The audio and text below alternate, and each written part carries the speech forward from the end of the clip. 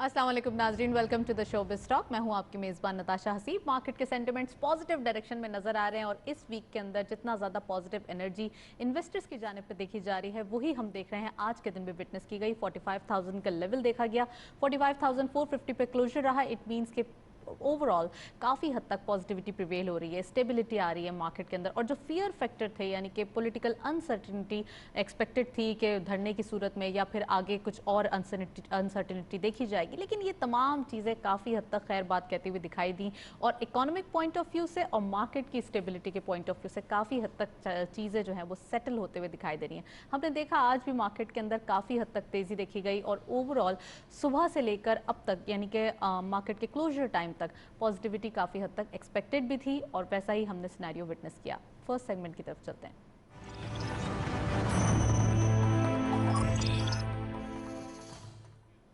Market highlights देखते चलते हैं आज की मार्केट की परफॉर्मेंस।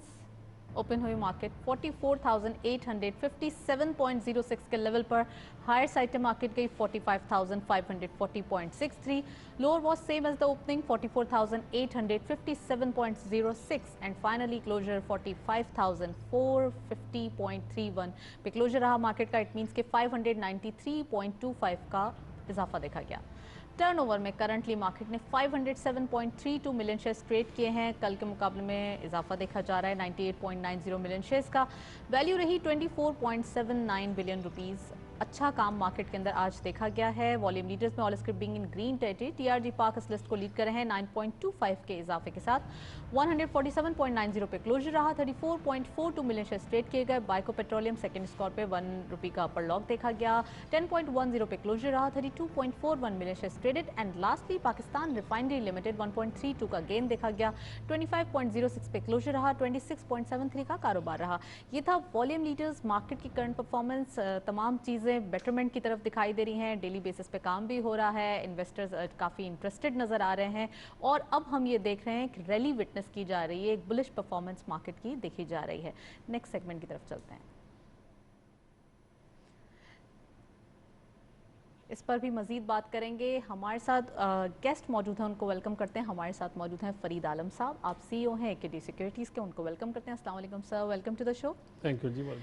सर सबसे पहले ये बताइए कि एक पॉजिटिव एनर्जी देखी जा रही है, इन्वेस्टर की बात करें और इन्वेस्टमेंट पॉइंट ऑफ व्यू के ऊपर अगर हम बात करें तो इन्वेस्टर्स काफ़ी ज़्यादा अब इंटरेस्टेड नज़र आते हैं मार्केट के अंदर। और अगर हम पास्ट की बात करें थोड़ी बहुत, ज़रा थोड़ा सा पीछे चले जाएं तो सेनेट इलेक्शन जब हो रहे थे तो वहाँ पे एक फ्रेजाइल सिचुएशन देखी जा रही थी, काफ़ी सेंसिटिव थी मार्केट। अब क्या सिचुएशन है? आपने सही पॉइंट आउट किया। जो वो हफ्ता था इससे पहले वाला, उसके अंदर हम लोग या जो बाकी लोग ऐसे हैं जो मार्केट की समझते हैं, उनके लिए तो एक टाइम पीरियड था उसको गुजारना। लेकिन जो नए इन्वेस्टर्स आए थे वो थोड़े बहुत ज़्यादा घबराहट थी। और क्योंकि मार्केट ने जो ग्रेजुअली जो पॉइंट्स बनाए थे या जो प्राइस की मूवमेंट अपवर्ड सर्ज आई थी वो एक हफ्ते में बहुत हेवाई हो गई थी। उसके बाद चीज़ें जो अनफोल्ड हुई फॉर द बेटर। पाकिस्तान दुनिया में जो स्टॉक्स हैं या इक्विटी मार्केट है वो अनसर्टेनिटीज़ को पसंद नहीं करती। सर्टेनिटी हो, कॉन्टिन्यूटी ऑफ पॉलिसीज़ हो। और हमारे जैसे मुल्क में जहाँ पॉलिसीज़ ने हर आने वाला, अगर किसी भी इदारे के ले लें या कोई मुल्क ले लें, या आसानी के लिए हमारे नाजरीन समझने के लिए कि कभी भी चेंज आती है तो वो जो नया आता है बंदा वो समझता है कि मैं इसको बेहतर तरीके से करूँगा और अगर मैंने इसी की पॉलिसी अपने प्रेडिसेसर की कंटिन्यू की तो इसका मतलब है वो सही था। तो हमारे यहाँ एक ये नेचुरल, एक एज ए ह्यूमन हम अंदर चेंज का कॉन्सेप्ट आता है कि जो नया आता है वो अपने साथ नया सेट ऑफ चेंजेस लेके आता है। और कभी कभी हम नोट करते हैं इदारों में ऐसा नहीं होता कि बहुत नागुज़ीर होती है चेंज, लेकिन वो जो नया बंदा आता है एट द टॉप वो अपनी टीम, अपने लोग और अपनी पॉलिसीज़ में चेंज लाता है। तो ये जो चेंज इज ऑलवेज गुड। हाँ, change is always good, but वो एंड्योर करना उस चेंज को और समझना कि change is the only constant thing in life, वो हमारे लिए ये फिलोसफिकल डिस्कशन तो सही है। बट आई थिंक जो कंटिन्यूटी हुई उससे फिर लोगों को सब्र भी आ गया। उनके प्राइसेस जब शेयर की बढ़ गई तो अब सुकून भी आ गया और अब वो फ्री माइंड से काम करने के मूड में नज़र आ रहे हैं। लेकिन सर अगर हम बात करें फॉरेनर्स की या हम बात करें different investment point of view से, तो यहाँ पर फॉरेन इन्वेस्टमेंट नज़र नहीं आ रही। ज़्यादातर लोकल्स हैं वो मार्केट के अंदर आ रहे हैं, पार्टिसिपेट कर रहे हैं, और डिफरेंट एनालिस्ट्स आते हैं, हम उनसे यही पूछते हैं कि क्या रीज़न है, इसका रीज़न बिहाइंड क्या है, तो प्लीज़ ज़रा बताइए। देखिए, अगर तो पाकिस्तान में ही ऐसा सिर्फ काम होता कि फॉरेनर्स ना आ रहे होते, बाकी हमारे नेबरिंग में या जो हमारे से कंपेरेबल इकोनॉमीज में उनकी बहुत इन्वेस्टमेंट शुरू हो गई होती, तो आपका ये सवाल और मेरा इस पे जवाब लंबा चौड़ा देना बनता था। But I think suffice it may be to say कि वहाँ सब कुछ जो वेस्ट में जो या जो गोरे के या बियॉन्ड पाकिस्तान जो हो रहा है, मैं अमेरिका की और यूके की एग्जांपल ले लेता हूँ आसानी के लिए, समझने के लिए। ना that you asked me some pertinent सवाल। उनको अपने यहाँ जब अमेरिका ने इतनी पंपिंग कर दी है पैसों की अपने लोगों के लिए, अब 1.9 ट्रिलियन तो अभी लेटेस्ट दिया है, उससे पहले जो दिया वो अलग है। और अमेरिका ने जो दिया है कॉरपोरेट्स को पैसा नहीं दिया, उन्होंने इंडिविजुअल्स को घरों में यानी बंदों को दिया है पैसा। ये अलग बात है कि सब कुछ कोविड, जी कोविड की इस बैकग्राउंड तो वही है ना सारी।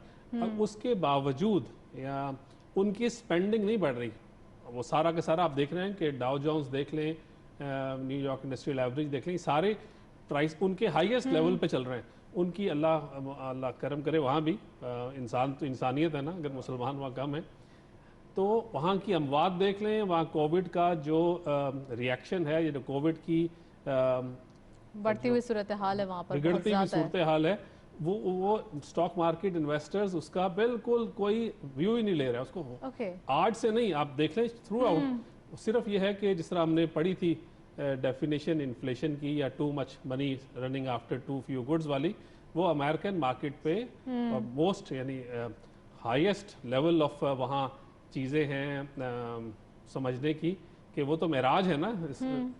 अमेरिकन मार्केट किसी भी मुल्क की या किसी भी कंपेरेबल चीज़ से अमेरिकन मार्केट ज़्यादा मैच्योर्ड मार्केट्स हैं।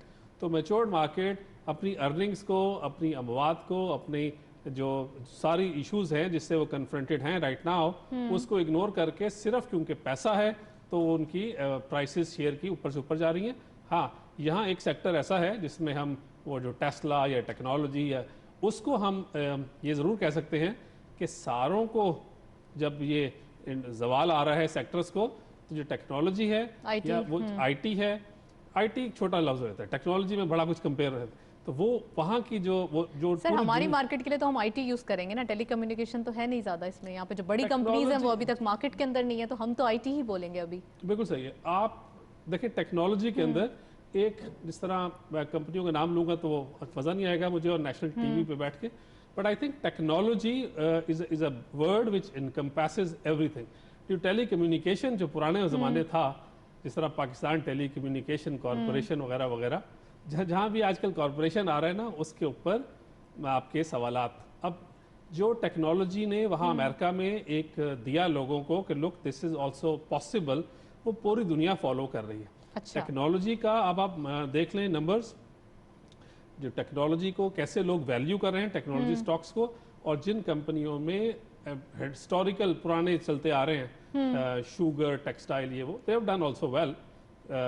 अब क्योंकि हमारे लिए जो वेरिएबल जिसको हम बेस बना के सारी डिस्कशन कर रहे हैं वो कोविड है, but technology has done exceptionally well. Technology sector और आप समझते अमेरिका हैं में कि अच्छा आगे हुआ बढ़ा और है। वही सारी जगह पे उसकी अक्स नजर आ रहा है। Let's come to the market. अब दिखाई ये दे रहा है मार्केट के अंदर कि एक रैली विटनेस की जा रही है, इन्वेस्टर पार्टिसिपेशन भी बढ़ रहा है। अब जो पॉलिटिकल अनसर्टेनिटी का डर था, जो धरना प्रोटेस्ट वगैरह था, वो भी पोस्टपोन हो गया, तो अब मार्केट के नंबर्स कहाँ आगे बढ़ते हुए आप देख रहे हैं और कितना आगे बढ़ते हुए देख रहे हैं? देखिए, जिस तरह आप पहले वाले सवाल के अंदर डिस्कशन कर रहे थे कि अनसर्टेनिटीज पसंद नहीं है, अब सर्टेनिटी नजर आ रही है कि चीज़ें हो गई हैं बेहतर, और कल के सारे जो एपिसोड की जिस तरह से कल्मिनेट हो रहा, उससे और लगा कि अब फाउंडेशन जो है बहुत माशाल्लाह ज़्यादा काम ये लोग कर रहे हैं, फुली तरह कमिटेड हैं, और ये बात बड़ी अच्छी है कि इन दोनों ऑर्गेनाइजेशंस ने ह्यूमैनिटी की सर्विस के लिए एजुकेशन में, हेल्थ में, वुमेन एम्पावरमेंट में, पीने के साफ पानी में, हेपेटाइटिस फ्री पाकिस्तान में, डायबिटीज़ में, इन तमाम चीज़ों के लिए इकट्ठे मिलकर ये अहद किया है कि हम पाकिस्तान के लोगों की गुर्बत के ख़ात्मे के लिए, बीमारियों के इलाज के लिए मिलकर कोशिश करें। और मैं ये बात आपसे शेयर करना चाहता हूँ कि जब मैं 2013 में गवर्नर बना था तो मैंने देखा कि यहाँ की बहुत सी ऑर्गेनाइजेशन और मुखय्यर हजरात बहुत अजीम काम कर रहे हैं लोगों की खिदमत, लेकिन उनमें एक ये प्रॉब्लम था कि उनमें कोलैबोरेशन नहीं थी, कोहीजन नहीं थी, कोऑपरेशन नहीं थी, इकट्ठे काम करने का जज्बा जो है वो मौजूद नहीं था। तो मैंने समझा कि यहाँ पर बहुत काम हो रहा है, लेकिन अगर हम सब इकट्ठे कर लें, कलेक्टिव एफर्ट्स करें तो हम बहुत ज़्यादा इस मामले में कामयाब हो सकते हैं। तो उसके लिए हमने पंजाब डेवलपमेंट नेटवर्क बनाया और उसमें माशाल्लाह 65 ऑर्गेनाइजेशन जो हैं हमारे साथ इकट्ठे काम कर रही थी। और अब मुझे ये बात कहते हुए बड़ा फ़ख्र होता है कि ड्यूरिंग कोविड-19 ये तादाद जो थी 65 ऑर्गेनाइजेशन से बढ़कर 165 ऑर्गेनाइजेशन हो गई। और जिस तरीके से इन मुखय्यर हजरात ने, जिस तरीके से इन NGOs ने लोगों की खिदमत करने के लिए काम किया, मैं समझता हूँ कि उस पर पाकिस्तान के 22 करोड़ अवाम जो हैं वो फ़ख्र कर सकते हैं। और मैं देख रहा था जब जो हैं लोग बेरोज़गार हो गए थे, ख़ासकर डेली वेज लेने वाले, जब मैं देखता था टेलीविज़न पे कि शाहिद अफरीदी हर गांव में हर जगह पहुंच रहा है, उस वक़्त हमारे भी वॉलंटियर्स जो हैं वो भी हर जगह जो हैं वो पहुंच रहे थे। तो एक तो मैं तमाम डोनर्स को, NGOs को भी मुबारकबाद देता हूं, लेकिन उसके साथ मोर इम्पॉर्टेंटली वो वॉलंटियर्स जो हैं इन ऑर्गेनाइजेशन से, वो हमसे सबसे बड़ा सरमाया है, जो अपनी जान को ख़तरे में डाल के लोगों की डोरें खटखटा के उनके घरों में राशन जो है वो तकसीम कर रहे थे। तो मैं समझता हूँ कि ये एक नोबल काज है और ये अल्लाह ताला का बहुत बड़ा पाकिस्तान पे एहसान अजीम है कि पाकिस्तान की तारीख के मुश्किल तरीन वक़्त में जिस तरीके से पाकिस्तान के लोगों ने कोविड-19 का मुकाबला किया है और जिस तरीके से अपने से कमज़ोर और गरीब और मुस्तक लोगों के साथ ये लोग खड़े हुए हैं, इसकी भी तारीख में कोई मिसाल जो है वो नहीं मिलती है। और मैं आपको ये बताना चाहता हूँ कि राशन पैक की सूरत में, मेडिसिन की सूरत में, सैनिटाइज़र की सूरत में, मास्क की सूरत में, वेंटिलेटर्स की सूरत में तकरीबन 10 अरब रुपए से ज़्यादा की चार्टी जो है थ्रू गवर्नर हाउस इन तमाम ऑर्गेनाइजेशन जो हैं इन्होंने माशाल्लाह पंजाब में और पाकिस्तान में की है। तो इंशाल्लाह ये हमारा अहद है। ये तमाम एक बात मैं अब ये बार बार भी पहले भी कहता हूँ, अब फिर कह रहा हूँ कि मेरे लिए जितनी सरवर फाउंडेशन अजीज़ है उतनी ही शाहिद अफरीदी फाउंडेशन है। और तमाम 165 ऑर्गेनाइजेशन जो मुल्क में गुर्बत के ख़ात्मे के लिए, हेल्थ में, एजुकेशन में, पीने के साफ पानी में काम कर रही हैं, उनको मेरी उतनी ही सरपरस्ती हासिल है जितनी मेरी अपनी तंजीम सरवर फाउंडेशन को हासिल है। मेरे लिए तमाम जो ऑर्गेनाइजेशन जो नेक काम कर रही हैं, मेरी नेक तमन्नाएं उनके साथ हैं, मेरी सपोर्ट उनके साथ है और इंशाअल्लाह हम सब मिलकर इस मुल्क से गुर्बत का इंशाअल्लाह ख़ात्मा जो है वो करेंगे। जी, आप कोई सवाल किसी दोस्त ने करना? शायद पहला मौका है कि इन्होंने आज आपके मोहब्बत ये करते हैं बहुत लाहौर में, वरना मुझे तो खूब नतारते जब मौका मिलता है। थैंक यू, बहुत ग्रेट जी, थैंक यू वेरी मच। और हमें, मैं एक आखिरी बात अब ये भी कहना चाहता हूँ कि जिस तरीके से मैं ये कहा है कि हमारे वॉलंटियर्स ने अपनी जान को ख़तरे में डाल के लोगों की खिदमत की है, और मैं समझता हूँ कि ये हमारे जो मीडिया के लोग हैं, जो ख़ासकर हमारे फुट सोल्जर हैं, कैमरे वाले हैं, टीवी वाले हैं, जिस तरीके से आपने अपने आप को ख़तरे में डाल के जिस तरीके से आप कवरेज करते थे, जिस तरीके से आप अवेयरनेस कैंपेन करते थे पाकिस्तान के 22 करोड़ आवाम को, आप पर भी फ़ख्र है, मीडिया के लोगों को भी। जी भाई, पुराने बुजुर्ग क्रिकेटर थे, उनकी जो हालत है बड़ी गैर है। अभी एक वीडियो भी सर्कुलेट कर रही है जो हमारे साबिक टेस्ट क्रिकेटर हैं गुलाम अब्बास की। उन्होंने इस वीडियो में यही कहा है कि मेरी एक आंख ज़ाया हो गई है, मुझे PCB की जानिब से कोई सपोर्ट नहीं मिली गई, बल्कि मेरे जो अपने PI के एम्प्लॉयज़ थे उन्होंने मेरी मदद की है। और भी जितने भी साबिक बुजुर्ग क्रिकेटर हैं वो भी आवाज़ उठा रहे हैं। क्या आप इस प्लेटफॉर्म के तहत PCB से कोई दरख्वास्त करेंगे या आपकी कोई जो शाहिद अफरीदी फाउंडेशन है जो साबिक क्रिकेटर्स हैं उनके लिए कोई इस तरह हेल्प करेगी? जहाँ तक शाहिद अफरीदी फाउंडेशन का ताल्लुक है, हम इंडिविजुअल कमिटमेंट्स बड़ी कम करते हैं, इसलिए कि हम कम्युनिटी बेस्ड प्रोजेक्ट्स करते हैं, इस ताकि बहुत सारे लोगों को फ़ायदा। इंडिविजुअल बहुत ज़्यादा तादाद है, बहुत बड़ी तादाद है। अभी PSL के आखिरी मैचेस में जब हम कराची में थे तो मैंने बाबर आजम को कमरे में बुलाया, मुश्ताक अहमद मुशी भाई थे हमारे साथ, मोहम्मद अकरम थे, अरशद खान थे, ये सारों को मैंने जमा किया और उनसे ये रिक्वेस्ट की है कि यार हम कोई ऐसी एक एसोसिएशन बनाते हैं जो हम नहीं चाहते कि PCB के बल मुकाबले में हम किसी को खड़ा कर दें, हम चाह रहे हैं कोई ऐसी एसोसिएशन हो जहाँ पे हमारे जितने भी स्पोर्ट्समैन हैं ताकि उनको हम सालाना सपोर्ट कर सकें जो डिज़र्विंग लोग हैं। तो ये अभी कुछ दिनों पहले ही मैंने बात की होटल में वहाँ पे, इंशाल्लाह बहुत जल्दी इस हवाले से भी आप लोगों को अपडेट।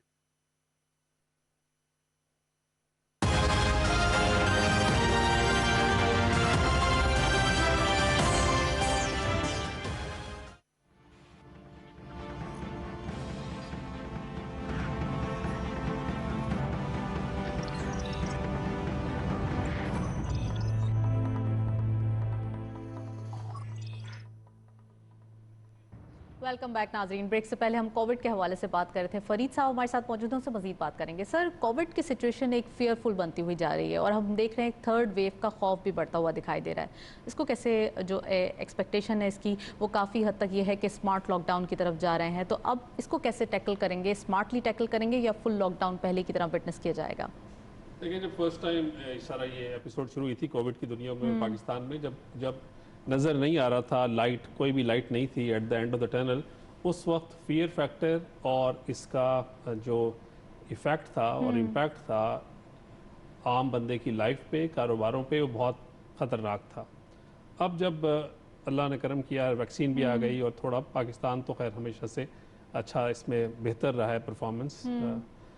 जो नंबर्स पिछले दिनों 10 दिन से ये जो आना शुरू हुआ मीडिया पे और वैसे, अब लोग कहते हैं कि ये भी कल से ठीक हो जाएगा क्योंकि लॉन्ग मार्च वगैरह नहीं हो रहा, तो इस वक्त थोड़ा जो लोगों को एक एडवाइस देनी थी कि लोग घरों में ही रहो, ना निकलो बाहर, ख़तरा है और मास ये ट्रांसमिट ना हो जाए।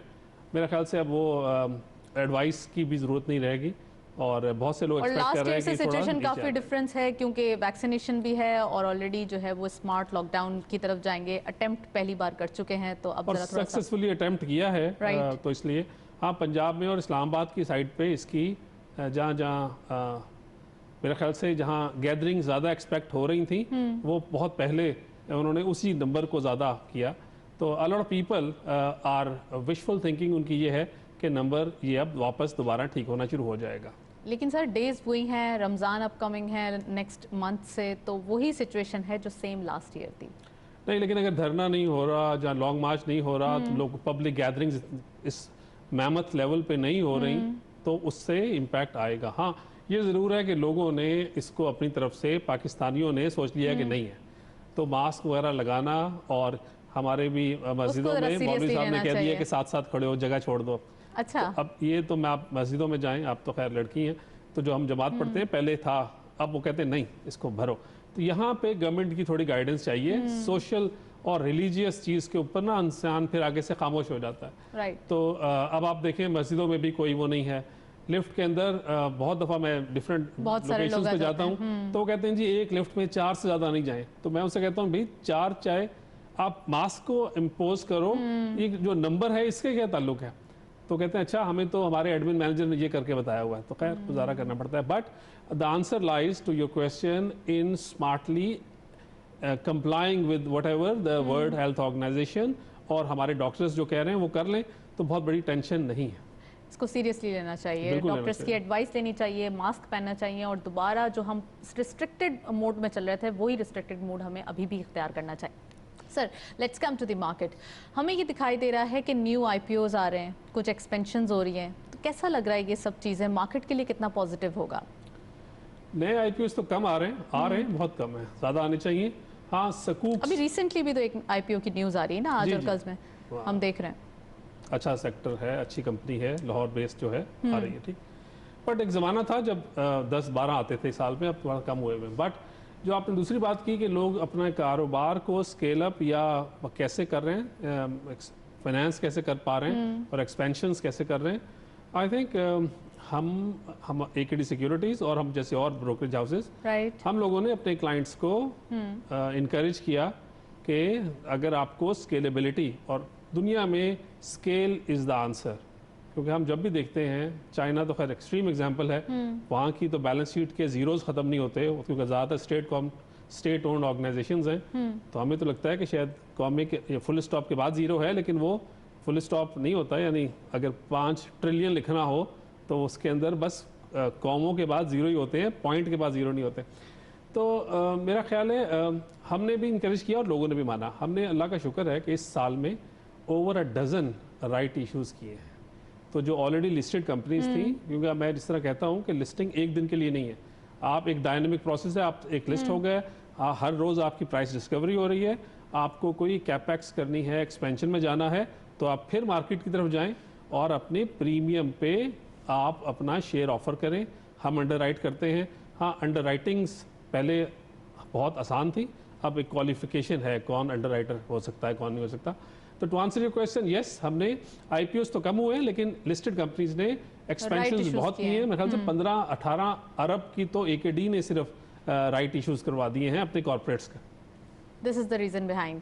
सर, ओवरऑल ये देखा जा रहा है कि मार्केट के नंबर्स स्ट्रांग हो रहे हैं। अब अगेन मॉनेटरी पॉलिसी अनाउंस होने वाली है फ्राइडे को, तो उसमें क्या एक्सपेक्टेशन है? क्या मार्केट इस पे भी बिहेव करेगी या इस पे कुछ जो है वो अनसर्टेनिटी थोड़ा बहुत अप डाउन हो सकता है? मुझे शेर याद आया, किसने कहा था कि देखिए क्या गुल खिलेगा कि है फसले गुल तो दूर और सुए दश्त भागते हैं कुछ अभी से हम। ये पुराना ज़माना होता तो मॉनेटरी पॉलिसी जिस तरह की इन्फ्लेशन के नंबर्स आ रहे हैं तो मार्केट यहाँ आगे पीछे हो चुकी होती, और मैं अपने तजर्बे से बता रहा हूँ। लेकिन अच्छा। अब की बात ये है कि हमारे जो गवर्नर स्टेट बैंक हैं, जो मॉनेटरी पॉलिसी के मेंबर्स हैं, और जो अच्छी बात है, जो लास्ट टाइम भी मैंने आपके प्रोग्राम में और मैं ओपनली एक्नॉलेज करता हूँ कि इन लोगों का बहुत प्रैक्टिकल अप्रोच अपना रहे हैं। जो टेक्स्ट बुक में लिखा हुआ है वो अपना नहीं रहे। और नॉर्मली PhDs जो होते हैं वो बहुत बाय द बुक वाले लोग होते हैं, but we are lucky to have somebody and in his team others supporting his view कि उन्होंने लास्ट टाइम मॉनेटरी पॉलिसी में गाइडेंस दे दी थी कि हम आपको, जिस तरह पूरी दुनिया में होता है कि सिर्फ एक दफ़ा नहीं, वो गाइडेंस जो है वो काम आती है कि हम इन्फ्लेशन को टारगेट नहीं कर रहे हैं। बहुत इंपॉर्टेंट लफ्ज़ थे जो गवर्नर साहब ने लास्ट टाइम कहे थे कि इन्फ्लेशन बढ़ेगी, लेकिन हम इन्फ्लेशन को टारगेट नहीं कर रहे हैं, हम एक्सटर्नल अकाउंट को कर रहे हैं। हाँ। तो आपका अगर सवाल का आंसर में देने में थोड़ा टाइम है तो मेरे हिसाब से कि अनचेंज रहेगी, क्योंकि जो उन्होंने कहा हुआ है और जो हो रहा है, और हम एक्सटर्नल अकाउंट को देख रहे हैं। एक्सटर्नल अकाउंट में अभी RDA के नंबर 671 मिलियन अल्हम्दुलिल्लाह आगे हैं, IMF के पैसे आ रहे हैं, यूरो बॉन्ड कर रहा है, और सेकेंडरी मार्केट में आप देखेंगे डॉलर बहुत कंट्रोल में है। तो 2 पॉइंट्स हुए। एक तो अगर आप चेंज करते थे पहले ज़माने में, इंटरेस्ट रेट हाइक करते थे, it was one of the tools, theoretical जो किताबों में लिखा है, हमने भी पढ़ा था ये करते हुए, वो अलग कहानी थी। जो एक्चुअल प्रैक्टिकल अप्रोच है वो ये है कि आप देखें कि सप्लाई साइड पे प्रॉब्लम है। आपकी ये जो इन्फ्लेशन के नंबर हैं ये ट्रांजिशन से हैं। अभी आपको पता है रमज़ान है, और आपको पता है पाकिस्तान में ताजिर का रमज़ान में वो कहते हैं ना कि सर अब छोड़े ना ही कहें, जितना कम कहें उतना अच्छा है। तो हमारे यहाँ लोग कमाने का मौसम समझते हैं इसको। बिल्कुल। तो ये जो ट्रांजिशंस हैं इसको एक्नॉलेज करना मॉनेटरी पॉलिसी वालों का, स्टेटमेंट और कमेटी वालों का, ये बहुत एक इम्पॉर्टेंट चीज़ है। और मुझे लगता है on the last time guidance that they have given, ये लोग इन्फ्लेशन, इन्होंने खुद एक्नॉलेज किया था कि इन्फ्लेशन बढ़ेगी और बढ़ी है। हम देखते हैं, अखबारों में पढ़ते हैं, TV तो और मीडिया तो बहुत दिखाता रहता है इन्फ्लेशन, और हुई भी है। बट आई थिंक इसको monetary policy hike, interest rate hike से कंट्रोल नहीं करेंगे, क्योंकि उन्होंने 2 बातें बताई थी कि ट्रांजिशनरी है, नंबर 2 एक्सटर्नल अकाउंट्स। ज़्यादा बड़ा प्रेशर आता है कि खुदा न खास्ता डॉलर और रुपए की पैरिटी में प्रॉब्लम होती हो।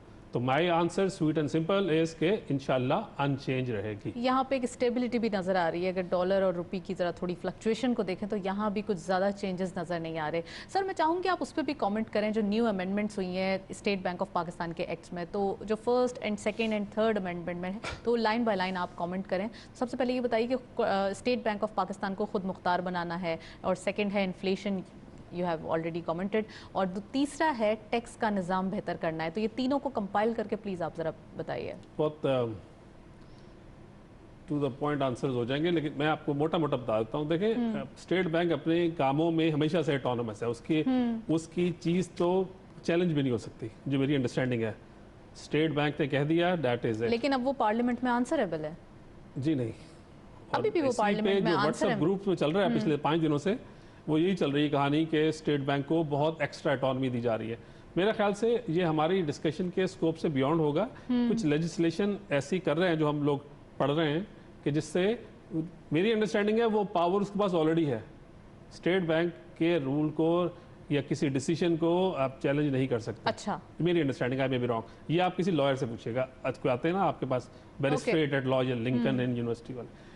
तो हाँ, ये ज़रूर हो रहा है कि ये डिस्कशन ये इस वक्त बैब्यूलेटर्स या जो हमारे बहुत पढ़े लिखे लोग हैं उनकी यानी फेसबुक कह लें या हमारे व्हाट्सएप ग्रुप्स के अंदर ये जो थिंक टैंक्स हैं उसके अंदर ये बहुत चल रही कहानी। मैं भी पढ़ के आगे फ्लिप कर देता हूँ कि so I think whatever is being granted to them, I in my practical approach it is already there.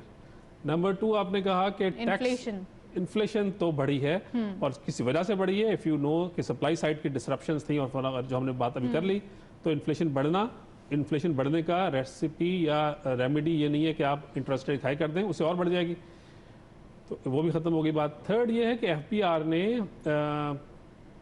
Somehow 2.9 trillion इकट्ठा तो कर लिया 8 महीने में, जो कि उनके अपने जो सेट टारगेट्स हैं उससे 8% मेरे ख्याल से बेहतर ही था।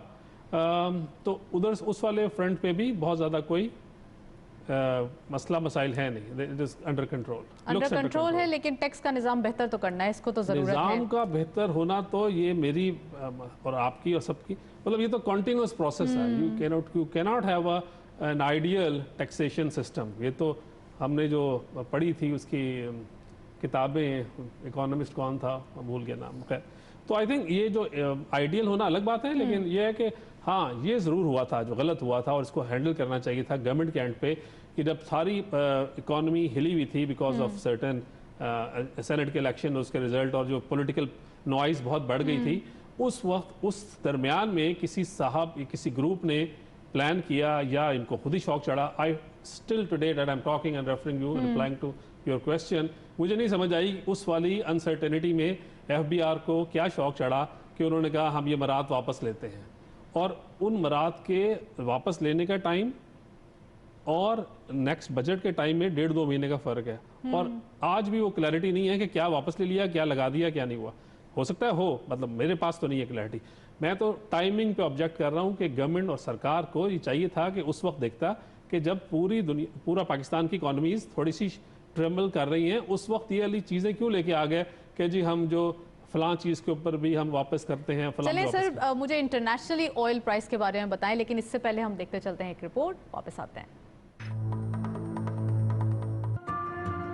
आलमी मंडी में खाम तेल की कीमत में इजाफे का रुझान बरकरार है। हालिया इजाफे के साथ ही पाकिस्तान में भी पेट्रोलियम मसनूआत की कीमतों में इजाफे का खदशा जाहिर किया जा रहा था। वज़ीर-ए-आज़म पाकिस्तान इमरान खान, जो कि मुतादिद मरतबा ओगरा की तजवीज़ के बरखिलाफ पेट्रोलियम मसनूआत की कीमतों में इजाफे से इनकार करते हुए अवाम को बराह रास्त इसके असरात से बचाने के लिए अहकामात जारी करते आए हैं। माहिरीन के मुताबिक आलमी सतह पर खाम तेल की कीमत में इजाफे के बाद पाकिस्तान में भी पेट्रोलियम मसनूआत की कीमतों में इजाफा नागुज़ीर था, लेकिन वज़ीर-ए-आज़म ने तमाम तर आलमी दबाव और तजवीज़ को मुस्तरद करते हुए मुल्क में एक बार फिर पेट्रोल की कीमत में इजाफे से इनकार कर दिया। 1999 तक हुकूमत खुद पेट्रोल की कीमतों का तयन किया करती थी, लेकिन 2001 के बाद ये इख्तियार ओगरा को दे दिया गया। पेट्रोलियम मसनूआत की कीमतों में इजाफे की सिफारिश ओगरा की जानिब से दी जाती है, जिसके बाद ये वज़ीर-ए-आज़म की सवाबदीद है कि कीमतों में किस हद तक इजाफा किया जाना चाहिए। आलमी मार्केट में रोजाना कीमतें बदलती हैं और ये जरूरी नहीं कि अगर वहाँ कीमतें बढ़ें तो पाकिस्तान में भी बढ़ें, या वहाँ कम हो तो इसका असर पाकिस्तान पर पड़े। चूँकि हम औसत निकाल कर कीमतों का तयन करते हैं तो इसी औसत के हिसाब से कीमत कम भी हो सकती है और ज्यादा भी। इससे कतई नजर के आलमी मार्केट में कीमतें कितनी बढ़ी हैं या कम हुई हैं, इस बात का तयन किया जाता है कि फी लीटर पेट्रोल की बुनियादी कीमत क्या होगी। इसी तरह हुकूमत कीमतों में कमी नहीं करती जब तक कि ओगरा की जानिब से सिफारिश नहीं की जाती। तेल जैसी कीमती नेमत, जिसे काला सोना भी कहा जाता है, इसकी कीमतें आलमी मार्केट से मरबूत हुआ करती हैं। आलमी मार्केट में जब भी तेल की कीमतें बढ़ती हैं तो दुनिया भर में इसकी कीमतें बढ़ने लग जाती हैं। याद रहे कि आलमी मंडी में गुज़श्ता एक माह में पेट्रोलियम मसनूआत की कीमतों में तेजी से इजाफा हुआ है, तो दुनिया भर में भी तेल की मजमूई कीमतों में इजाफा देखने में आ रहा है। जी, रिपोर्ट आपने देखा ये जा रहा है कि लोकल मार्केट पे इसका इम्पैक्ट नहीं आया है, जबकि हम देख रहे हैं कि ओगरा ने प्रपोजल दिया था लेकिन अभी तक सारी चीज़ें अनचेंज हैं। फरीद साहब से इसके बारे में पूछते हैं। सर, इंटरनेशनली ऑयल प्राइस बढ़ते हुए दिखाई दे रहे हैं, 65 to 70 के डॉलर के स्पेन में दिखाई दे रहे हैं, कहाँ देख रहे हैं मजीद? देखिए, मैं या कोई भी पाकिस्तानी जो अपनी knowledge, acquired knowledge international report में पढ़ के ही बात कर सकते हैं। ऑयल का हमारे साथ कोई ख़ास इतना नज़र एज सच हमारी है नहीं, बट आई थिंक जो प्रेस और जो सारी कहानी चल रही है, अगर कोई ये जो ऑयल प्रोड्यूसिंग कंट्रीज़ के अंदर कोई अनरेस्ट नहीं आता, तो I personally don't see any reason why it should continue to rise. ऐसी कोई वजह नहीं है। या तो किसी इलाके में जहाँ बहुत ज़्यादा एक्स्ट्रा बर्फ़ पड़ गई थी, उस वक्त से वहाँ बर्निंग ऑयल ज़्यादा चाहिए वगैरह वगैरह। पाकिस्तान के लिए भी ये अच्छी खबर नहीं है कि ऑयल का बढ़ना, एक पॉइंट बिल्स बढ़ जाएंगे, इंपोर्ट बिल बढ़ेंगे तो उससे हमारा एक्सटर्नल अकाउंट पे प्रेशर आएगा, खुदा न खास्ता, और डॉलर अगर महंगा हुआ तो पूरी इन्फ्लेशन की पूरा कहानी आएगी। तो अभी तो ये एक्सपेक्ट करना कि ये बढ़ती जाएगी एक ही डायरेक्शन में, I don't see any reason why the oil prices, international oil prices rates बढ़ गए हैं। हम डिफरेंट फ्रेट्स पे नजर डालें तो बहुत ज़्यादा अपसाइड जा रहे हैं, 700% तकरीबन। It's too high freight. देखिए ना, अगर जिस ऑयल ने जिस शिप को चला के लाना है, अगर शिप महंगा मिला है, यानी शिप का ऑयल जो ईंधन पड़ना है वो $45 का था, जो $45 पर बैरल उस वक्त था, लेट्स से $100, अब वो हो गया है 65 का, तो 100 नहीं होगा, वो 125 होगा। तो ये जो फ्रेट्स का बढ़ना is a function of the जिस चीज़ ने उसको चलाना है, ईंधन ने। लेकिन कोविड के बाद इतनी ज़्यादा कंजम्पशन तो दिखाई नहीं देती, इतना टूरिज्म भी प्रमोट नहीं हो रहा, या फिर इतनी ज़्यादा चीज़ें तो अभी नॉर्मलाइज तो नहीं हुई है ना।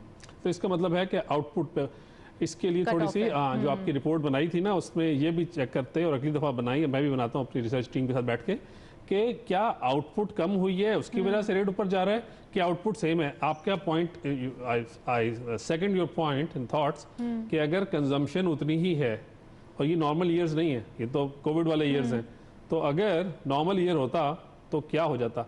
आई think the answer lies somehow, but मेरी कोई स्टडी नहीं है इसलिए मैं इस पर कमेंट नहीं करूंगा। मुझे लगता है कि आउटपुट इसकी कम हुई हुई है, आउटपुट कम है, दिस इज द रीजन आप समझते हैं। तो इसका इम्पैक्ट क्या दिखाई दे रहा है? ओगरा ने प्रपोज किए प्राइजेस, यहाँ तो अभी नहीं जो है वो बढ़ते हुए दिखाई दे रहे, तो क्या ये बाद में एक साथ बढ़ेंगे या फिर अभी कोई सूरत हाल ऐसी दिखाई नहीं देती? देखें, एक तो है प्राइस का बढ़ाना, एक है लेवीज और सारे जो ऊपर छोटे छोटे बड़ा टैक्सेस मिलके टैक्सेस बन जाते हैं काफ़ी बड़े, petroleum development levy and this and that.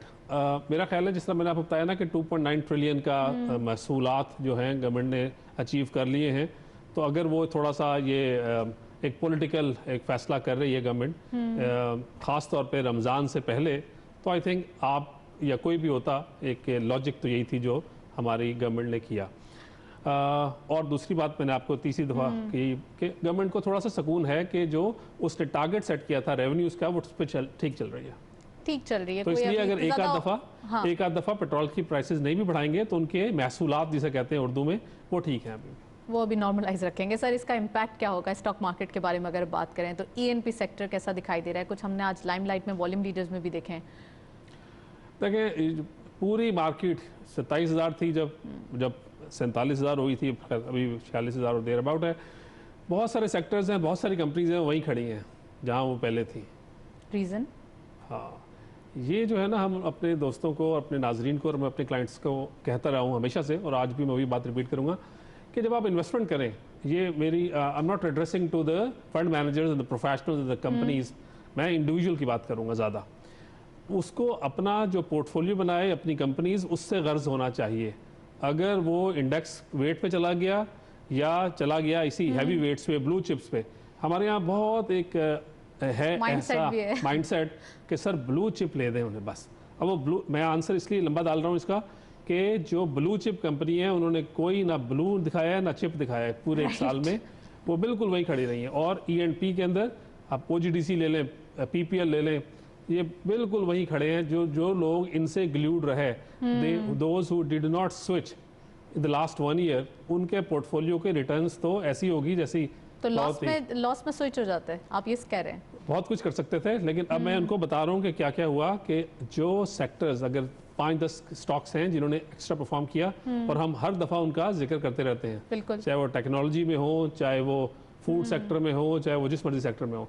तो पूरा सेक्टर नहीं चल रहा, बैंकिंग सेक्टर नहीं चला, रीज़न था अच्छा उनको डिविडेंड पे कैप था। वो लंबी कहानी हम सिर्फ ऊपर से पिक करेंगे, वो अभी आऊंगी उस लंबी कहानियों पे। तो अगर बैंकिंग सेक्टर नहीं चला, E&P जिस तरह आप कह रही हैं कि जब ये आ गई थी 30 पे और आपने देखा जीरो भी हुआ था, खैर वो अप्रैल 2020 वाला, तो OGDC, PPL, पाको शाको, ये वाली सारी कहानी, खासतौर पर OGDC और PPL, इसके अंदर भी हुकूमत इज एट फॉल्ट। हुकूमत बहुत दफ़ा कह रही है कि हम इसकी सेकेंडरी ऑफरिंग ला रहे हैं, तो जो इन्वेस्टर है उसे पता है कि यार जब सप्लाई एक्स्ट्रा आएगी तो इसका रेट नीचे गिर जाएगा। तो मैं इंस्टेड ऑफ, आज एक अच्छी कंपनी है, गुड वेल मैनेज्ड कंपनीज हैं, वो इतनी प्राइवेट सेक्टर से तो मुकाबला नहीं कर सकती वो, ना PTCL, ना PPL, ना OGDCL, ना उनकी, ये फिर थोड़ी सी इख्तलाफी बात हो जाएगी। बट आई थिंक जो इन कंपनीज के अंदर इनकी ऑर्गेनिक जो जहाँ इनकी जो प्रोड्यूसिंग फील्ड्स हैं, अगर उसको भी बेस में बनाऊं तो ये जो प्राइसिंग है जिसके ऊपर ये ट्रेड हो रही है, और आज से नहीं पिछले 1.5 साल से, वो बिल्कुल दोनों अलग चीज़ें हैं। इसमें सिर्फ वजह यह है कि सप्लाई साइड का डर है, इसलिए ना गोरा लेता है इसको ना काला लेता है। दूसरा ये है कि जो गोरा कहता है कि भाई ये जो मैंने कमोडिटी प्ले करना हो तो मेरे पास पूरी दुनिया पड़ी है, बिल्कुल, मैं पाकिस्तान में आके OGDC PPL क्यों लूं, मैं कहीं भी ले लेता हूँ, किससे कमोडिटी प्ले। पाकिस्तान में आने के लिए उसको चाहिए जो यहाँ की बड़ी पॉपुलेशन जिसको यूज कर रही है, या जो कंज्यूमर है, या जो मैं 4-5 नाम जो मैं हर दफा लेता हूँ, आज नहीं लूंगा, कि कोई ऐसी चीज हो जो यहाँ की लोकल स्टोरी हो, जिसमें थीम हो, कोई बात हो, और ख़ासतौर पे कंज्यूमर हो, चाहे यहाँ की फार्मा हो या यहाँ की कोई फूड सेक्टर कंपनी। सर मेरा क्वेश्चन ये है, ऑयल के हवाले से ही बात हो रही है तो मैं पूछना चाहूँगी, 53,000 के ऊपर लेवल्स पे मार्केट थी और जो बहुत ही सस्ते स्क्रिप्ट्स थे इंटरनेशनली, जो उसका इम्पैक्ट था ऑयल प्राइस का और लोकल्स पे भी आ रहा था, इतने सस्ते स्क्रिप्ट्स थे, वो भी काफ़ी हद तक बढ़ गए थे और काफ़ी ज़्यादा आगे बढ़ गए थे। अब क्या हुआ है कि वो स्क्रिप्ट जो सबसे ज़्यादा आगे चले गए थे, वो 20 रुपये या 30 रुपये या देयर अबाउट आ गए हैं। तो अब जो इन्वेस्टर्स हैं, जो ऑलरेडी इन्वेस्टमेंट कर चुके हैं, वो क्या करें? वो उनको क्या एडवाइस करेंगे आप? वो अब स्विच कर जाएं या बहुत ज़्यादा उनको तो लॉस हो चुका है? मैं आपका जो 20-30 वाली बात पूरी तरह समझा नहीं, लेकिन मैं लेट मी, मार्केट तो अब आगे जा रही है ना, मार्केट तो अब परफॉर्म कर रही है, 53,000 ज़्यादा दूर नहीं है, 46,000 के अराउंड तो अभी हम आ गए हैं। मैं आपको पहले गुड न्यूज़ देता हूँ, गुड न्यूज़ ये देता हूँ आपको कि जब हम आज 45,500 अब अगर हम 46,000 के राउंड हैं, तो आज हमारा प्राइस अर्निंग मल्टीपल क्या है वर्सेस जब हम 53,000 हुए थे तो क्या है। ओके, तो गुड न्यूज़ ये है कि जो ये नंबर है ना, आपको पता है, सबको मैं इतनी दफ़ा कह चुका हूँ और बहुत से लोग अब ये इससे बहुत आगे निकल गए, तो मैं दोबारा उस पर टाइम नहीं आऊँगा। मैं ये कह रहा हूँ कि कंपनीज़ की, जो लिस्टेड कंपनीज़ की अर्निंग बढ़ गई है कि मल्टीपल उनका अगर 7 से भी मैं कराता हूँ उनकी अर्निंग पर शेयर को मल्टीप्लाई, तो मार्केट का जो पूरी कंपोजिशन बनती है ये 45-46,000 वाली, उनकी कंपनियों की अर्निंग बढ़ गई है, उनका जो मल्टीपल है वो नहीं बढ़ा। ये नहीं हुआ कि पहले 7 के मल्टीपल में पाकिस्तान चल रही थी, 6 पे भी आ गई थी तो 10 पे चली गई हो। ये अर्निंग का मल्टीपल जो पहले कंपनी 7 रुपए कमा रही थी, आज वो 10 रुपए कमा रही है, तो रेट अभी भी उसका 70 रुपए ही है। ओके, तो ये सिर्फ गुड न्यूज़ ये है कि अब मैं जिस तरह AKD में हम कवर करते हैं इस क्वार्टर का, ये जो लास्ट क्वार्टर क्लोज हुआ है, इसको हम करते हैं जब कंपेयर पिछले क्वार्टर से, तो 40% की ग्रोथ है एक क्वार्टर में एज कंपेयर टू दिस। तो इसका मतलब क्या हुआ कि 40% से जब ग्रोथ आएगी तो इतना ज़्यादा टैक्स गवर्नमेंट के पास जाएगा।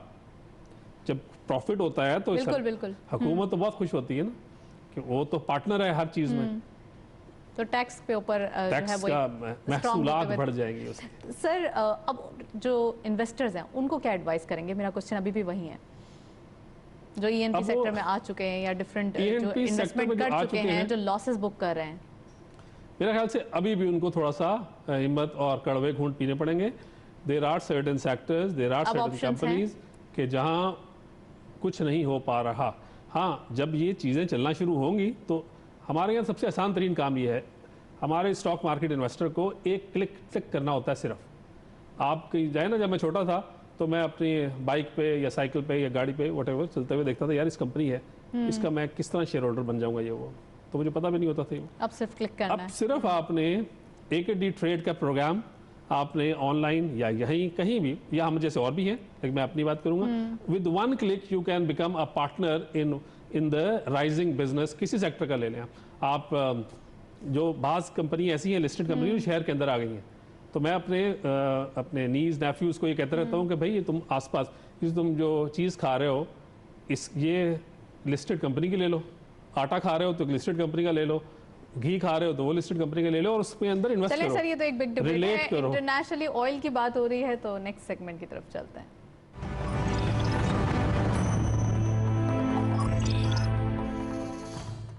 कमोडिटीज और फॉरेक्स के लेटेस्ट अपडेट आज की मार्केट में देखते चलते हैं। गोल्ड के पर तोला प्राइस 1,01,655 रुपीज़, गोल्ड पर 10 ग्राम 87,245 रुपीज़, इंटरनेशनल गोल्ड रेट पर ऑन्स $1,735.36, ऑयल WTI पर बैरल $64.33, ऑयल ब्रेंट क्रूड पर बैरल $67.73। करेंसीज में सबसे पहले यूरो बाइंग रही 184.50, selling was 186.50, UK pound buying रही 215 rupees, selling was 217.50, US dollar buying रही 155.70, सेलिंग वाज 156.60, चाइनीज यान बाइंग है 24.30, selling was 24.45। Nextly, Saudi Riyal buying at 41 rupees, selling was 41.60. UAE Dirham buying at 42 rupees, selling was 42.50. Kuwait Dinar buying rahi 492.50, selling was 495 rupees. And lastly, Omani Riyal buying rahi 404 rupees, selling was 406 rupees. ये था forex और commodities का latest update. हम देख रहे हैं रुपी appreciate होते हुए दिखाई दे रहा है, it's a good news. Farid साहब आपसे बात करेंगे, एप्रिसिएशन दिखाई दे रही है, गुड न्यूज़ है, इकोनॉमी पे क्या इम्पैक्ट आएगा? जो तो एक्सपोर्ट वाली कंपनी है वो तो इतना पसंद नहीं करती हैं। बिल्कुल बिल्कुल ये बात तो से मेरे जो agree। 2-4 एक्सपोर्टर दोस्त हैं वो तो कहते हैं कि ये ज्यादती है। अच्छा, तो वो तो आई करके बैठे हुए थे, देवर आइंग एट 170 प्लस और देयर अबाउट। लेकिन हम जिसके पास डॉलर में सेविंग नहीं है और एवरेज पाकिस्तानी की मैं बात कर रहा हूँ, उसके लिए बहुत अच्छी खबर है। और इस अच्छी खबर में 2-3 अच्छे स्टेप्स भी हैं जो गवर्नमेंट ने लिए। तो मुझे एक RDA वाला एक initiative of the government exactly बहुत पसंद आया। फिर हमारे जो पाकिस्तानी बाहर गए हुए हैं, कोविड में मुझे लगता है उनका दिल अंदर से ज़्यादा पसीचा हुआ है। वो रेमिटेंसेज आप देख रही हैं पाकिस्तान के लिए हाँ, तो अपनी फैमिलीज के लिए और पाकिस्तान के लिए भी। और दूसरा ये है कि अगर $671 मिलियन आ गए हैं 6 महीने में, तो ये जो स्पेस अगर कंटिन्यू की तो एक तो अमाउंट इंपॉर्टेंट होती है हर चीज़ में, एक होती है उसकी क्वालिटी। पाकिस्तानीज खुद अपना पैसा कमा के यहाँ भेज रहे हैं, रेमिटेंसेज बढ़ रही हैं, डॉलर आपको सस्ता मिल रहा है। तो अब जो आपसे बात की थी इन्फ्लेशन की, वो इन्फ्लेशन यानी हमारी तो बहुत सारी इंपोर्टेड इन्फ्लेशन है ना, तो अगर एक लेट से खुदा न खास्ता ये डॉलर जो ऑयल है ये 60 पे रहता है थोड़ी देर के लिए, अच्छा पहले था 55 का, 50 का, 40 का था, अब हम लोग सिर्फ केस स्टडी 65 हाँ अगर 65 से 60 हो गया ये एवरेज, ये तो अभी चल रहा है ना ऊपर नीचे वाला, हम एवरेज की बात करते हैं। लेकिन हमारा जो यूजर ने एंड यूजर ने उसको रुपए में कन्वर्ट करके पैसे देने हैं, तो अगर पहले हमारा डॉलर रुपए की पैरिटी 168 हो गई थी और आज 158 है, तो 10 रुपए वहां से नीचे आ गया है। तो अगर वहां महंगा होगा और लेकिन एंड कंज्यूमर को वो ट्रांसलेट करके सस्ता पड़ेगा तो इन्फ्लेशन कम आएगी। तो ये हमारे लिए बहुत अच्छी खबर है। दूसरा ये है कि जो हमारे यहाँ इन्वेस्टमेंट करते हैं लोग, उनको ये डबल, अब देखें कि थोड़ी देर यहाँ मार्केट ये स्टेबल रहा और बहुत उम्मीद है अल्लाह की ज़ात से कि ये रेट स्टेबल रहेगा, तो जो गोरे या जो फॉरेनर्स हैं उनका बहुत इंटरेस्ट पाकिस्तानी मार्केट में बढ़ जाएगा, क्योंकि उनको फिर दो कमाइयाँ होंगी। एक तो जो नॉर्मल हमारी डिविडेंड इनकम देती हैं कंपनीज, एक जो कैपिटल गेन होता है उनको, और एक ये कि अगर 160 पे डॉलर ट्रांसलेट हुआ था और जब वो आज से 2-3 महीने बाद वापस ले जाएंगे और 150 का होगा, तो ये 10 डिवाइडेड बाय 160, ये 7-8% एक्स्ट्रा उनको जाएगा। अच्छा सर, अगर हम बात करें एक्सपोर्टर्स की बात कर रहे हैं और रुपी का डायरेक्ट इन्फ्लुएंस है उसके ऊपर एप्रिसिएशन का जो आपने कहा, तो हम ये देख रहे हैं कि ईयर ऑन ईयर बेसिस पे फरवरी और मार्च के जो नंबर्स आए हैं एक्सपोर्ट्स के, वो थोड़े से कम आए हैं। तो इसका रीज़न क्या है? इसका भी रीज़न यही है क्या या कोई और भी इसका इम्पैक्ट है? मैंने इसको नंबर्स को डाइसेक्ट नहीं किया, कौन से ग्रुप में कम आए हैं, टेक्सटाइल के भी कम आए हैं और डिफरेंट एक्सपोर्टर्स के अगर ओवरऑल दिखाया जाए तो वो भी, अगर तो 7 महीने जो गुजरे उनमें हमें देखना है कि बेस क्या ले रहे हैं आप, पिछला महीना ले रहे हैं कि पिछला साल ले रहे हैं। अगर आप अगर आप फरवरी 2021 को फरवरी 2020 से कंपेयर कर रहे हैं तो वो वाला एक जिगजैग आ सकता है। लेकिन आपका जो इमीडिएटली प्रीसीडिंग मंथ है उससे कम नहीं आने चाहिए। उससे कम आए तो फिर हमें हमारे टेक्सटाइल वालों को, एक्सपोर्टरों को, वो जो उनकी ख्वाहिशात होती है ना कि हम कंपिटिटिव नहीं रहते जब आप रेट पावर टैरिफ्स का इशू हो सकता है, क्योंकि पावर टैरिफ्स में भी कुछ इंक्रीज होने वाला है और ये भी सुनने में आ रहा है, प्रपोजल्स दे दिए गए हैं, आईएमएफ की भी ये कंडीशन है कि टैरिफ्स इंक्रीज होंगे। डिफरेंट अगर हम बात करें ओनली के इलेक्ट्रिक की बात करें या और भी चीज़ें हैं, तो डिस्कोज सब जगह जो है वो एक इंक्रीज नजर आ रहा है। पावर एक हमारे पाकिस्तान के अंदर एक्सपोर्टर का दुखती रग है पावर के रेट्स। बिल्कुल, वो कहता है बांग्लादेश, वियतनाम और सबसे कंपेयर कर लो, अगर मुझे लेवल प्लेइंग फील्ड दो तो मैं ये करके दे दूंगा। और बहुत सारे अच्छे एंटरप्राइजिंग हमारे एक्सपोर्टर्स हैं, वो they have done and they have the capacity to do it, but ये पावर का इशू है और अभी फिलहाल रहेगा। गवर्नमेंट की तरफ से एफर्ट है, वो आईपीपीज का जो सर्कुलर डेट को हैंडल करने का तरीका वो लगे हुए हैं, काफ़ी हद तक हो गया है, बट क्या कहते हैं, nothing is complete till the paper work is done. तो अभी ये कैपिटल मार्केट के लिए भी अच्छी खबर है, क्योंकि रिसीवेबल के जो इस चेन के अंदर और इस सर्कल के अंदर जो बड़ी ऑर्गेनाइजेशंस कंपनियां लिस्टेड हैं जो फंसती हैं, उनकी इनकम तो बहुत हो गई है, लेकिन वो कैश इनकम नहीं होती, वो अकाउंटिंग इनकम हो जाती है। राइट। तो अब ये अगर सिर्फ ये वाला आईपीपीएस का मसला जो काफ़ी हद तक हल हो गया है, अगर ये हल हो गया तो हमारी मार्केट वैसे ही ये पूरा सेक्टर री रेट होकर ऊपर चला जाएगा।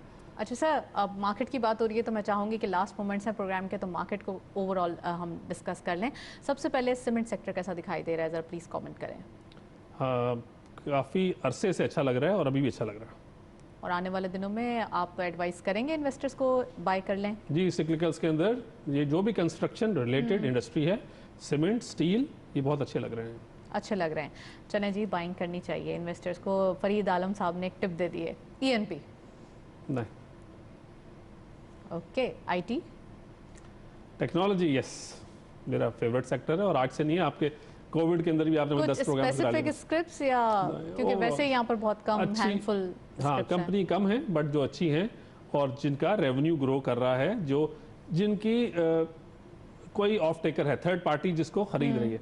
देखिए, मैं एक बहुत सिंपल बात है कहता हूँ, आज फिर मैं कह देता हूँ कि जिन कंपनियों का, मैं इन्वेस्टर हूँ अगर हूँ, और जिन कंपनियों का अर्निंग पर शेयर बढ़ रहा हो और सेल्स कम हो रही हो, तो मुझे बिल्कुल कंपनी पसंद नहीं आती। आज से नहीं, जब मैं छोटा था तो जो सेल्स या रेवेन्यू जो कंपनी, लिस्टेड कंपनी आपने जिसमें इन्वेस्टमेंट की हुई वो बढ़ा रही है, तो इसका मतलब है आप थर्ड पार्टी को कन्विंस कर रहे हैं with your pricing policies and everything कि आप किसी और से भी कम्पीट करके अपना हिस्सा ले रहे हैं।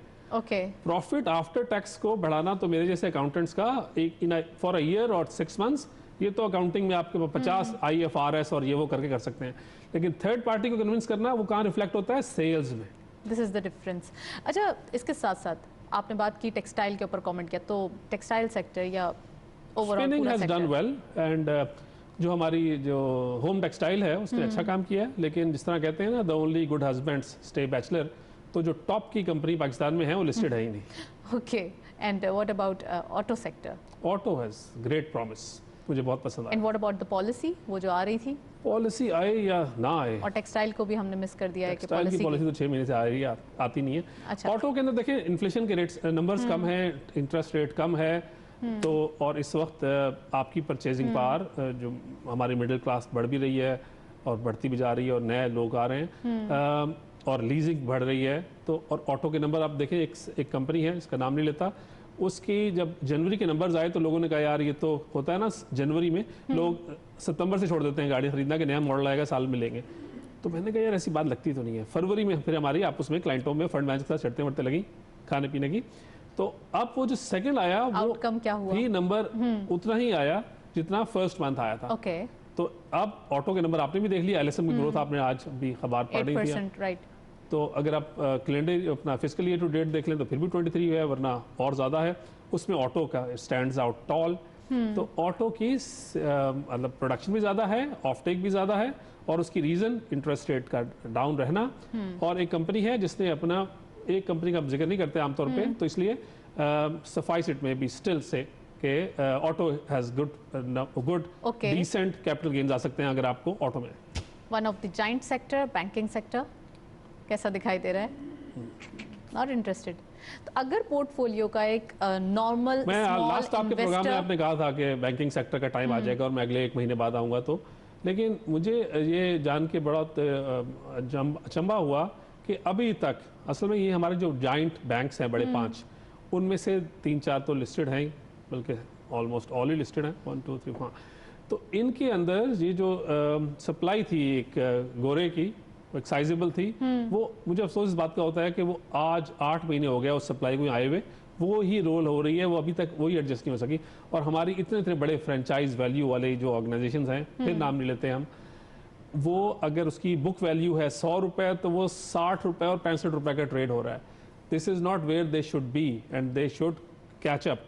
खुदा ना खास्ता ये नहीं कि उसकी बुक वैल्यू में हमें कोई खदशा है कि वो बुक वैल्यू बिल्कुल जेन्युइन वाली है, लेकिन प्राइसिंग अब जो इन्वेस्टर को पसंद नहीं आ रहा तो नहीं आ रहा। चलिए सर, एक स्मॉल इन्वेस्टर हो और अभी मार्केट के अंदर वो एंटर होना चाहे तो is this the right time कि वो एंटर हो जाए मार्केट के अंदर, क्योंकि अब देखा ये जा रहा है कि आगे बुलिश नोट मार्केट के अंदर फ्लाई करता हुआ दिखाई दे रहा है। बिल्कुल हो जाए। तो वो पोर्टफोलियो में कितने सेक्टर रखे, वो 3 इंपॉर्टेंट सेक्टर कौन से हों? एक तो जो नया आए वो सेक्टर के चॉइस अपनी सही रखे और उस सेक्टर के अंदर लैगर्ड कोई हल्का वाला ना रखे। हमारे यहाँ क्या है माइंडसेट है कि जो सस्ते शेयर हैं वो लोग ले लेते हैं, महंगा नहीं लेते। और मैंने आपके प्रोग्राम में बैठ के बहुत दफ़ा कहा कि मैं इसको अच्छा टूल यूज़ करता हूँ कि value traded daily divided by volume traded. तो ये ग्राफ मैं हर रोज़ बनाता रहता हूँ, अपनी टीम से कहता हूँ। तो पहले वो था 30 का, 40 का, 50 का। एज वी स्पीक टुडे आज वो एवरेज शेयर ट्रेडेड की वैल्यू पाकिस्तान स्टॉक एक्सचेंज में 61 रुपीज़ है, विच मीन्स के लोग साइजेबल और महंगे स्टॉक्स भी लेना शुरू कर दिया है लोगों ने। राइट, चेंज हो गया mind. Thank you so much Farid Alam साहब हमारे साथ मौजूद थे। काफ़ी डिटेल एनालिसिस मार्केट के ऊपर आज हमने कंप्लीट डिस्कशन की है, जिसमें मार्केट के इन्स आउट और कौन सा सेक्टर लेना चाहिए, नहीं लेना चाहिए, बाइंग किस में करनी चाहिए, पोर्टफोलियो में कौन कौन से सेक्टर रखना चाहिए। आज के प्रोग्राम में हमने डिटेल डिस्कशन की। That's all. प्रोग्राम को वाइंड अप करते हैं। वाइंड अप करने से पहले आप हमारा ईमेल एड्रेस नोट कर लें, विच इज़ stock@ptv.com.pk। आपके फीडबैक का इंतजार रहेगा। प्रोग्राम देखने का शुक्रिया। अल्लाह हाफ़िज़।